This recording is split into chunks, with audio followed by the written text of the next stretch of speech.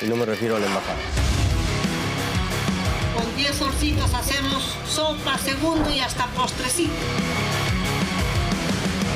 Déjenme curar o morir en mi casa. Disolver. Disolver. Disolver. Solamente me falta ser presidente del Perú. Terrorismo de imagen.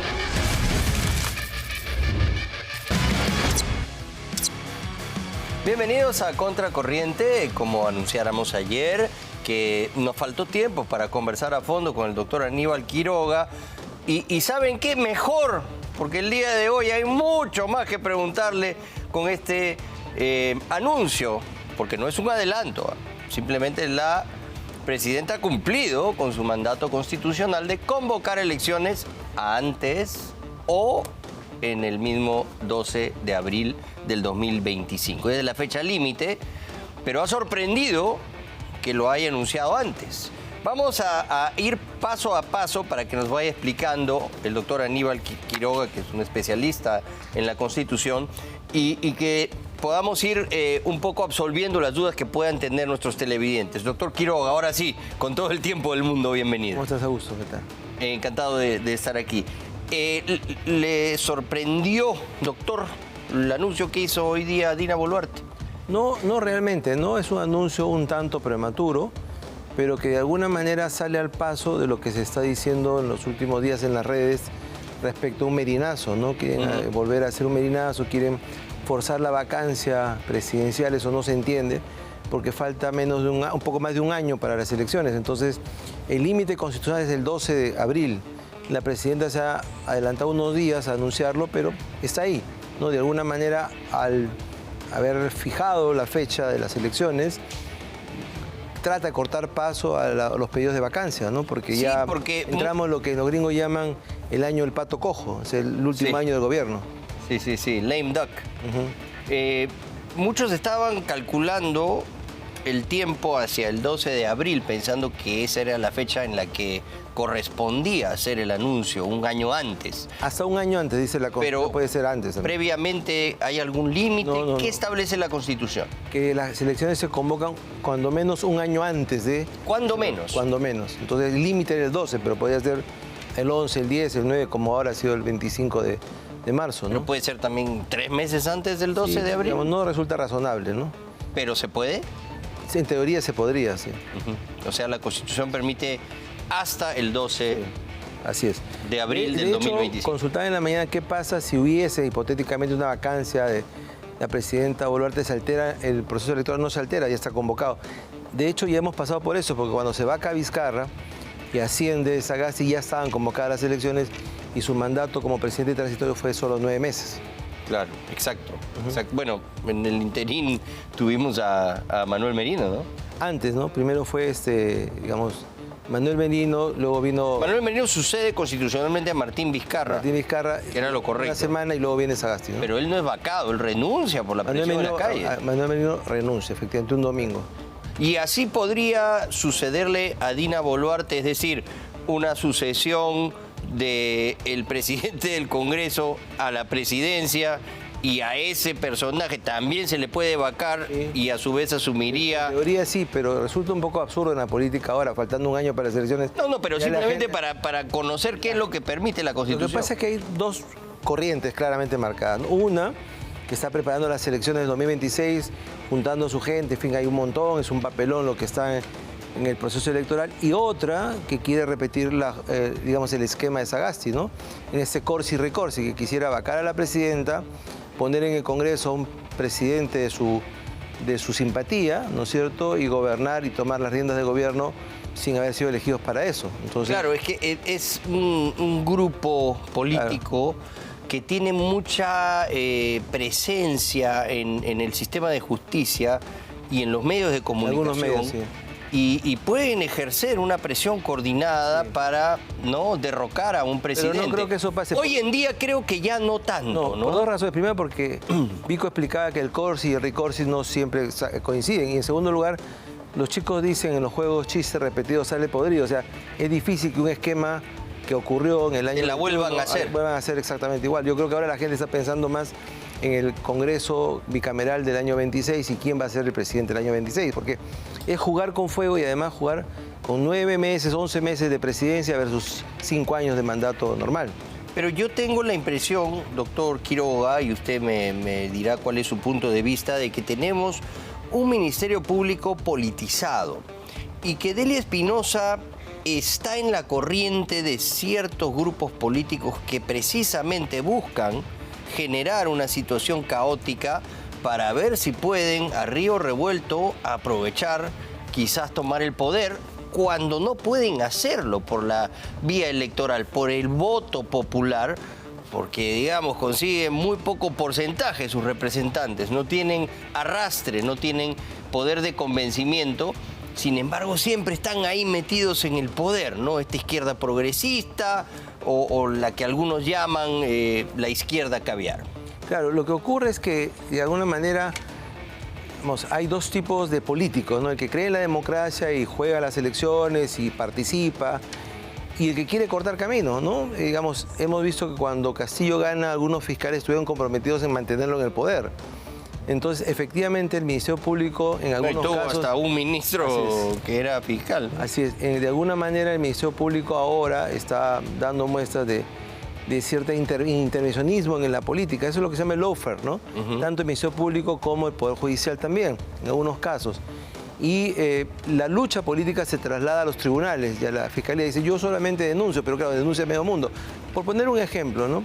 El exministro del Interior no es santo de devoción, ni siquiera es una persona simpática. Pero fue abusivo yo he escrito, que lo allanen 2 veces, ¿no? Yo he escrito inclusive que ha sido un personaje tantito grotesco, pero no tiene sentido que lo allanen en 10 días 2 veces. Eso no es para buscar pruebas, eso no es para la investigación, eso no se justifica. ¿Para qué es eso? Para humillar a la persona, para no, y además un día antes de que tenga que verse en el Congreso el tema de su censura. No tiene ningún sentido, es la utilización de la forma jurídica para la lucha política, ¿no? Y eso es realmente vedado, ¿no? Pero esta politización más del Ministerio Público que del Poder Judicial, hay críticas también contra la presidenta del Poder Judicial y bueno, esta denuncia tan grave que ha aflorado de un juzgado en el que, un colegiado del que ella es miembro, y lo grave es que habían 40, ¿no?, sentencias de la Corte Suprema que estaban basadas en leyes que ya habían prescrito, normas que ya no tenían vigencia. Y claro, de estas 40 sentencias prevaricadoras, en 19 de ellas había sido ponente Janet Tello, ¿no? Entonces... Lo que ocurre, a ver, la doctora Tello es una magistrada de prestigio, una magistrada, digamos, respetable, ¿no? Y pero ocurre tiene que investigar algo tan ocurre grave muchas veces, ¿no?, que en ese tipo de resoluciones hay plantillas y funcionan básicamente 2 cosas, los asesores y la falta de control. Y sin duda alguna tiene que investigarse y tiene que sancionarse, pero tiene que sancionarse razonablemente, ponderadamente, ¿no? No se puede decir que por eso vamos a destituirla. Y creo que ha habido una sobrereacción de la Corte Suprema. Aparece la Corte Suprema en pleno, ¿no?, con magistrados que son titulares y provisionales e inclusive superiores, con una manifestación de poder dando un mensaje a la nación. O sea, es la primera vez que veo que un presidente de la Corte Suprema da un mensaje a la nación. Eso bueno, pero entendía yo que estaba reservado para el presidente de la República, ¿no? Pero en todo caso, digamos, también hay que tener cierta ponderación, porque si hubiese lugar a una sanción, tiene que ser una sanción pues ponderada, razonable, correspondiente al tipo de hecho que se ha cometido. La conversación nos lleva a lo siguiente, y es que, claro, hay 18 jueces titulares en la Corte Suprema y el resto... 60. ¿No? 60 trabajando. 60, y 40 y pico son provisionales. Sí. Entonces, claro, si no se paran detrás de Janet Tello, pues al día siguiente desaparecen. Claro, porque... ¿Qué hacer para cambiar esto? Es igual en el Ministerio Público. Sí. En los cargos claves son fiscales provisionales, sí, como el caso más emblemático y polémico de Marita Barreto. Sin duda. O de Carguancho. Lo que pasa es que, claro, el motor del sistema judicial es la Junta Nacional de Justicia, es la que tiene que proveer de jueces y fiscales. Y el Poder Ejecutivo tiene que darle las plazas. Voy a poner 2 ejemplos simples, ¿no?, de la Corte Suprema. El doctor Aldo Figueroa fue destituido por la Junta de Justicia. Gana el amparo en el Tribunal Constitucional y no le dan plaza, porque no tienen presupuesto. O sea, la Corte Suprema, que sale en pleno a hacer un mensaje a la nación, no cumple con la sentencia del tribunal porque no tiene presupuesto, siendo un magistrado titular, siendo que va a engrosar la fila de los titulares, ¿no? Y hay otro caso de otro magistrado que también está peleando en la Junta de Justicia que se cumpla con lo que ha dicho el Poder Judicial. Entonces, ¿qué ocurre? Una vez que llegan a la Corte Suprema se olvidan de los demás, ya están ahí ya. Es como el Club de Toby, son 18 y los provisionales no entran.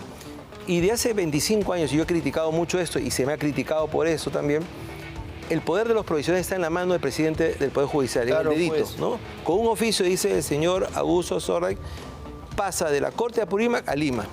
Pasa de ganar sueldo de superior a ser vocal supremo en Lima, con carro, Vocal chofer, provisional. pero dependiendo del oficio. Ya. No ha hecho lo que dice Puede hacer otro oficio también para sacarte. no ha hecho lo que dice la Constitución, por mérito ganar un concurso y tener un título de la nación. Entra por la puerta de atrás como provisional. Y esto que estaba hecho para que sea por una semana, 2 semanas, por vacaciones, por fin, mientras cubren la vacante, se ha cometido una práctica perniciosa de todos los presidentes, sin excepción de Poder Judicial, de los de acá, de los de acá, de los de acá y de los de acá, todos, absolutamente, porque tiene un gran poder. El problema es Ya, que... pero eso, ¿cómo lo corregimos? El problema, Augusto, es que no se dan cuenta que de esa manera desangramos al país en la justicia. Porque hay 40 provisionales ahorita en la Suprema, ¿no es cierto? ¿De dónde salen? De las Cortes Superiores, son titulares de las Cortes Superiores, vacían las Cortes Superiores. ¿Y cómo se completa eso? Con jueces de primera instancia que van a la Corte Superior provisional. ¿Y cómo se cubren los jueces de primera instancia? Con abogados de la calle. Entonces, el Perú es uno de los pocos países, o el único, en América Latina que tiene una Corte Superior provisional. Tiene 60 magistrados trabajando y solo 18 son titulares. Y a nadie le da la tos. Todo el mundo está feliz porque en vez de hacer el concurso y dar el examen y pasar y hacer los méritos, porque eso cansa, entran por el lado de la provisionalidad. No, y además los controlos. Y se defienden entre ellos. Pero resulta que el provisional, y contradice el mensaje de la presidenta de la Corte Suprema que habla de la estabilidad, de la remoción del cargo, depende del oficio del presidente. Porque si mañana más tarde no vota como le gusta o no le gustó como lo saludó en la mañana, hacen otro oficio y lo devuelven a Apurímac, a Tacna, a Puno, donde sea. Entonces, claro, así trabajamos. Y en una sala a veces hay un titular y 4 provisionales. Y en algunos casos, por alguna razón, los 5 son provisionales. Entonces, estamos con una justicia absolutamente provisional, feble, ¿no? Y eso a la gente, a los que están en el sistema, les vacila, les parece muy bien. Yo sostengo que lo que fallan no son las instituciones, pues judicial, el Ministerio Público, la Junta. Lo que falla son las personas que están ahí, que llegan al cargo sin merecerlo y que luego juntan su prebenda y que están dispuestos a mantener su puesto con tal de apoyar a Castillo, con tal de ir con la provisionalidad, con tal de hacer lo que sea, pero cuidan su sitio y no piensan en la sociedad y no piensan en el país. ¿Y qué pasa si a esos jueces provisionales con una normativa del Congreso se les hace titulares? A ver, un ejemplo.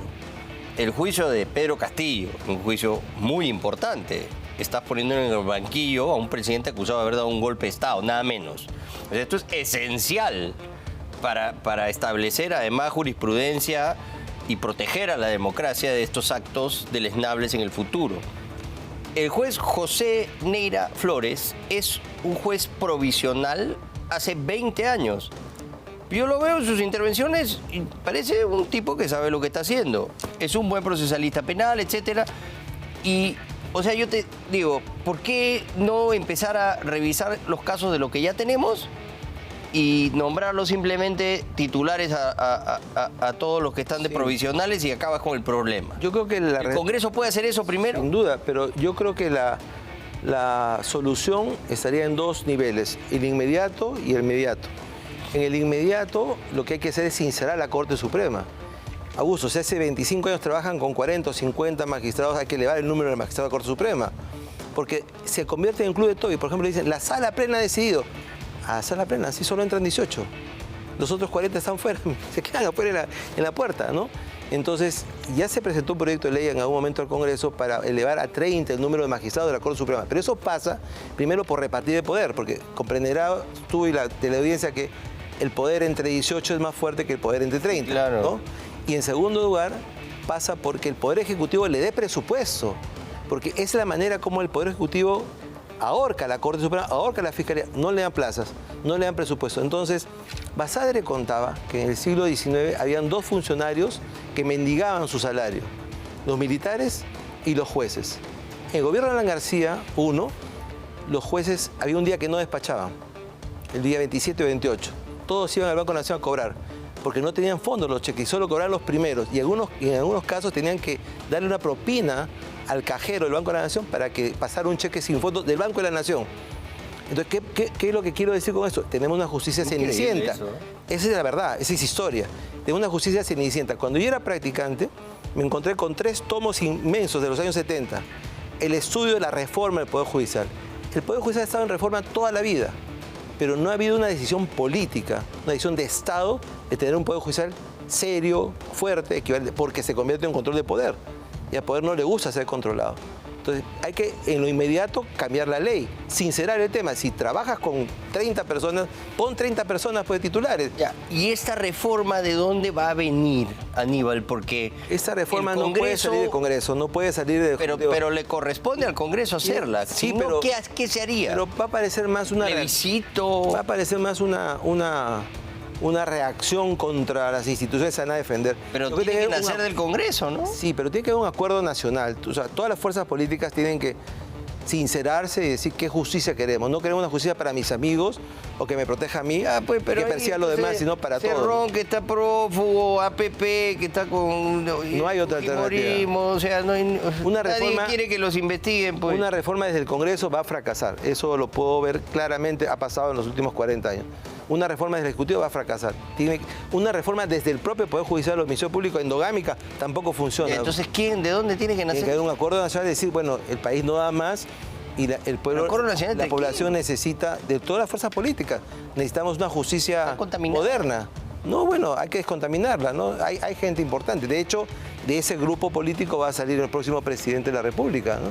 Pero tiene que haber también... El acuerdo nacional, por ejemplo, puede servir como una especie de plataforma. Sin duda, tendría que serlo. De esa manera el tema tendría toda la aceptación y legitimidad posible y nadie podría discutirla. Porque si se hace solo el Congreso va a parecer una trinchera. Me están atacando del otro lado, me están atacando. Como yo los investigo, me atacan. Tiene que haber un acuerdo nacional de que el tema de la justicia no da para más. Porque la gente de la calle, la gente de provincias, se va a un juzgado y se encuentra con un juez suplente. No hay justicia. Y vas a la Corte Suprema y te encuentras con un juez de primera instancia. Y llegas a la Corte Suprema y tienes una justicia devaluada. Aunque no les gusta escuchar eso a los señores de la Corte Suprema, les molesta, pero es la realidad, es aritmética. Si son 18 titulares y hay 60, ¿de dónde salen los otros 40? Así de simple. Correcto. Ahora vamos al Ministerio Público.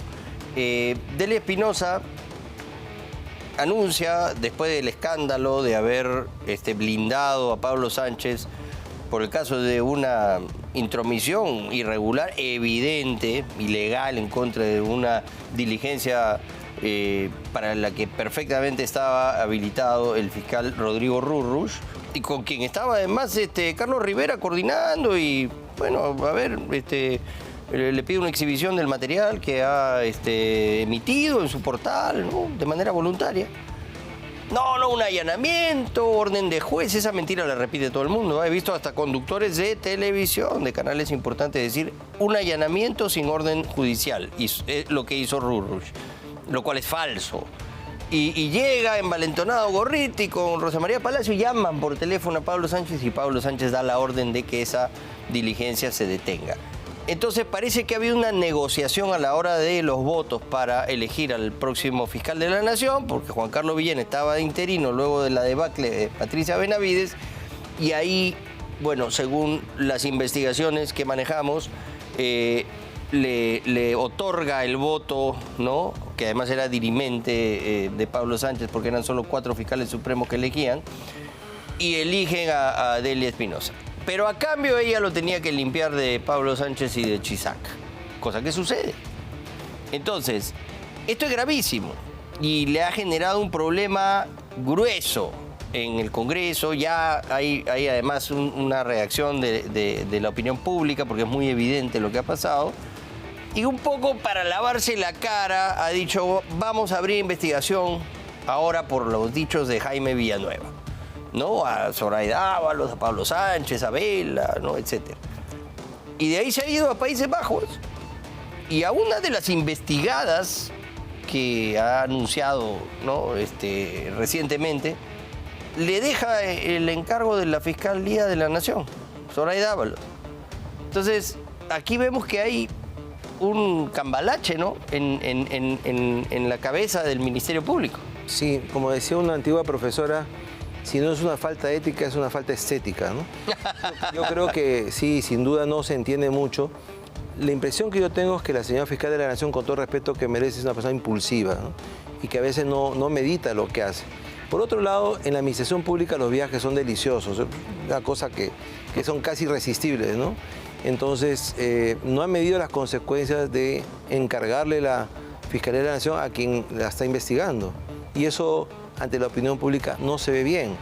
No parece correcto. Cualquiera se sorprende. ¿Cómo si me están abriendo una investigación, me dejan a mí el cargo de la persona que está haciendo la investigación? Si Delia Espinosa no se quería sentar en la misma mesa por el desencuentro que había por la nueva ley de investigación criminal. Así, cosa que es ilegal también, porque es ilegal, la ley está vigente. Sí, claro. Y tiene cualquier abogado medianamente informado sabe que la ley está vigente hasta que no hay una sentencia del tribunal. No es que entra la demanda al tribunal y la ley se paraliza. La ley está vigente y es exigible para todos. Y eso puede devenir en otra denuncia constitucional. Yo creo que sí, porque los jueces y fiscales se esconden detrás de una frase que es un cliché. Me limito a cumplir la ley. Yo solo cumplo con la ley. Pero no es verdad, porque la ley está ahí y no la cumple. Y no le pasa absolutamente nada. Entonces, ellos escogen qué ley cumple y qué ley no cumple. Y eso es un mal ejemplo a la sociedad. Cuando conversa por primera vez la fiscal de la Nación, Delia Espinosa, con la presidenta Dina Boluarte, la trata de investigada, ¿no? Dice investigada, tome asiento. Y Juan Carlos Portugal, la defensa de la presidenta Dina Boluarte, le dice: disculpe, señora fiscal de la Nación, pero no puede dirigirse así por la investidura. Y Delia Espinosa dice algo así como: no, aquí en mi despacho todos son iguales ante la ley. Y Dina tampoco se quedó callada, le dijo: señora fiscal, por favor, no, hay que respetar el lugar de cada uno. Tuvo que meterse la carguajulca, la procuradora, para apaciguar los ánimos. Y parece que fue una cosa muy tensa. Ya después se disipó la tensión y pudieron tener una diligencia adecuada, y se llegó a la conclusión de que se le diga la declarante a la presidenta. Porque no puede ser investigada, ¿no? En realidad, no es investigada. Pues. Están investigando el caso, pero a ella no la pueden investigar. Lo que pasa es que la democracia y la Constitución también son formas, ¿no? Y a veces los jueces y fiscales olvidan que las personas merecen un respeto. Y la presidenta de la República, guste o no guste, tiene 4 cargos.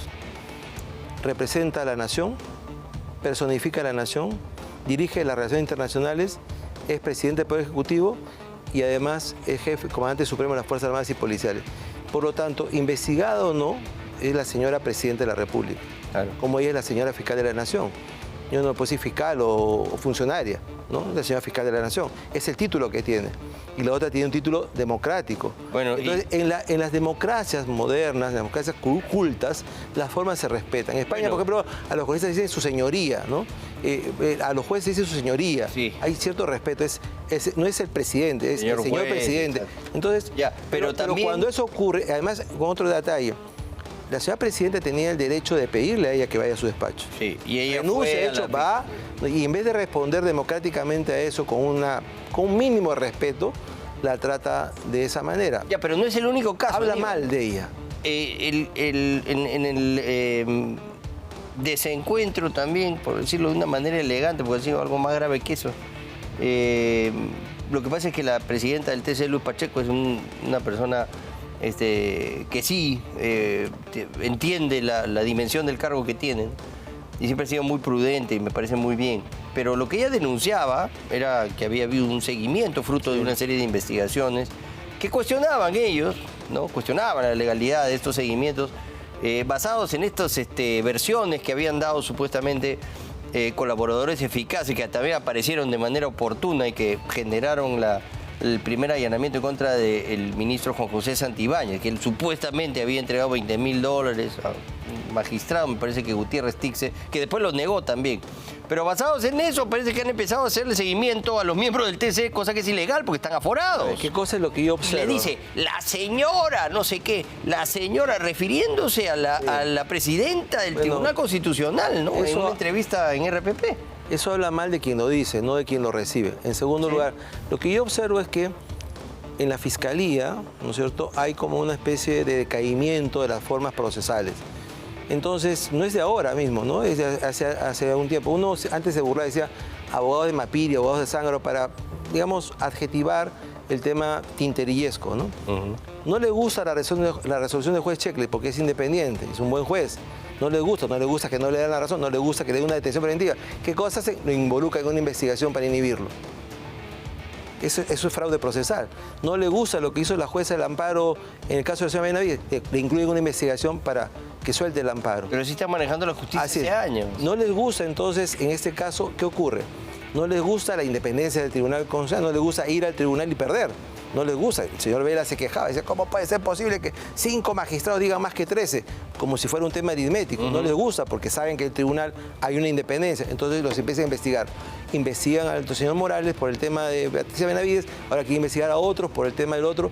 Y claro, de esa manera los quieren sojuzgar. Entonces dice, pero yo solamente hago actos postulatorios. No, pero si tienes denuncias indiscriminadas, si te allanan 2 veces tu casa en 10 días, obviamente te están sojuzgando.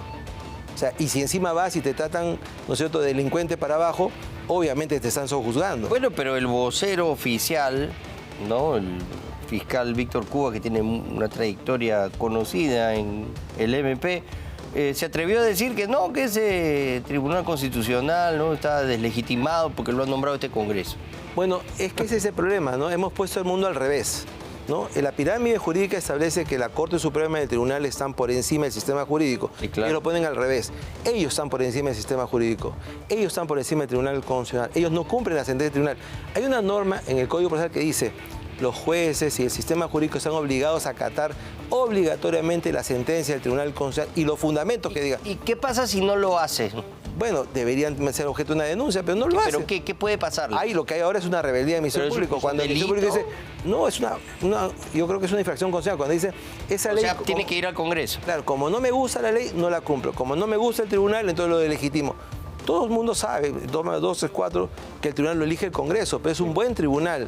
Sí, claro. Habría que... Pero no está alineado. Pero... Habría que enjuagarse la boca antes de hablar del Tribunal Constitucional, ¿no es cierto? De esa manera. Es no conocer el sistema. Es como decir, hablar de la Corte Suprema. Nadie en los Estados Unidos se atrevería a cuestionar de esa manera a la Suprema Corte. Pero cuando ellos tenían el tribunal con Marianela Ledesma y otros que más bien se inclinaban hacia el otro lado, nosotros le mostrábamos el máximo respeto, así no estuviéramos de acuerdo y decíamos, bueno, ahí está su inclinación, pero se acata, ¿no? Como se dice en el lenguaje hípico, masticábamos el fierro. ¿Qué íbamos a hacer? Porque estaban bien motivados sus sentencias y encontraban la forma de la Constitución dice que los fallos se respetan, pero acá no. O sea, ahora respeto lo que me gusta. Esa es parte del lawfare. Utilizar el sistema jurídico para el enemigo cuando me conviene. Y cuando no me conviene, lo ataco, lo legitimo, lo denuncio, lo quiero sojuzgar, quiero cambiar su voluntad a punta de denuncias. Eso es lo que está ocurriendo ahora, ¿no? Y hay un exceso, es una especie de ametralladora de denuncias, porque es que mi obligación es denunciar. No, su obligación es cumplir con la ley y además ser objetiva en el tema. No disparar denuncias porque a uno se le ocurre o porque a uno le conviene. Hay que tener mesura y ponderación para poder, digamos, actuar con objetividad, que es lo que le pide la Constitución. En estos días, mañana justo, tenía que declarar una testigo que es bastante importante, que ya la quemaron en el propio Ministerio Público, así que ya estamos identificándola nomás, que es Patricia Muriano, que tiene una copia espejo del teléfono iPhone de la Presidente, y ahí han salido algunas cositas que ya son preocupantes, ¿no? Propiedades en Cincinnati, obsequios y certificados de diamantes que parece que vienen de otros Guayquis, y una serie de cosas muy incómodas, ¿no? Como la relación que tiene con ciertas personas que han sido beneficiadas luego de su cirugía porque son amigas del doctor Cavani. Entonces ahí nomás tenemos como 3 o 4 líneas de investigación y eso es como para la muestra un botón. Esta mujer está aterrada, se ha puesto a buen recaudo en Estados Unidos y va a participar en una diligencia en la que supuestamente va a dar información valiosa para las investigaciones contra Dina Boluarte. ¿Por qué la fiscal de la Nación se ha ido de viaje y no ha atendido eso que parece tan importante? Es una buena pregunta, ¿no? Primero puede delegar su representación, pero ¿por qué en un tema tan importante pone tierra por medio? Tendría ella que responder por qué. Pero si utilizamos su propio criterio, en donde toda la conducta de las personas se vuelve sospechosas, habría que decir que se podría sospechar de por qué ha puesto tierra de por medio. O bien tiene demasiada ilusión por el viaje, o bien quiere tomar distancia con el caso, ¿no? Bueno, ¿y cree que estas denuncias, ya más como un análisis de la sensación actual de cómo está el terreno político en este momento, yo creo que al Congreso no le conviene cambiar nada y dejar a Dina hasta el 2026? A mí me parece lo responsable. Bueno, pero si afloran denuncias muy graves y se le vaca... Yo creo representar además la opinión de la Academia Constitucional, que efectivamente tendría que ser así, ¿no? Porque más allá que sea Dina, que sea María, Rosa o quien fuere, ¿no? Al país le conviene cumplir el plazo constitucional. No estamos habituados a cumplir los plazos constitucionales.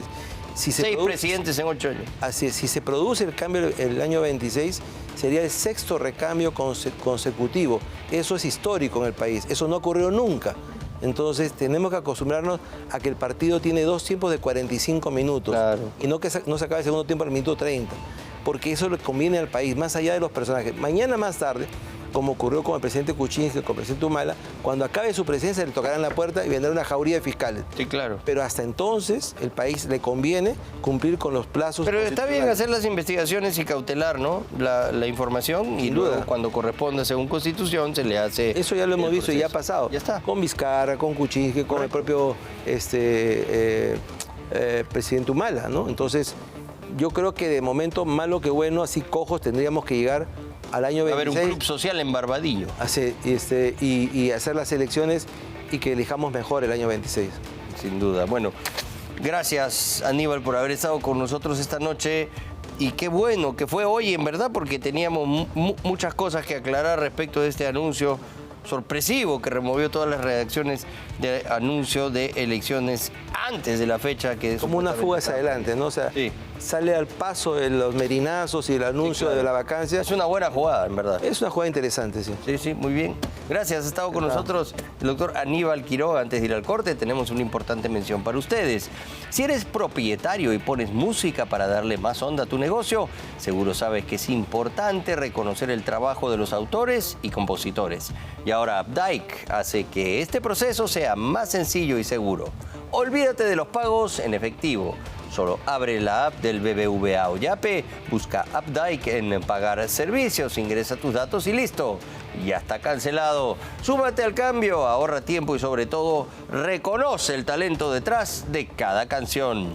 Vamos a hacer una pausa y regresamos con mucho más aquí en Contracorriente.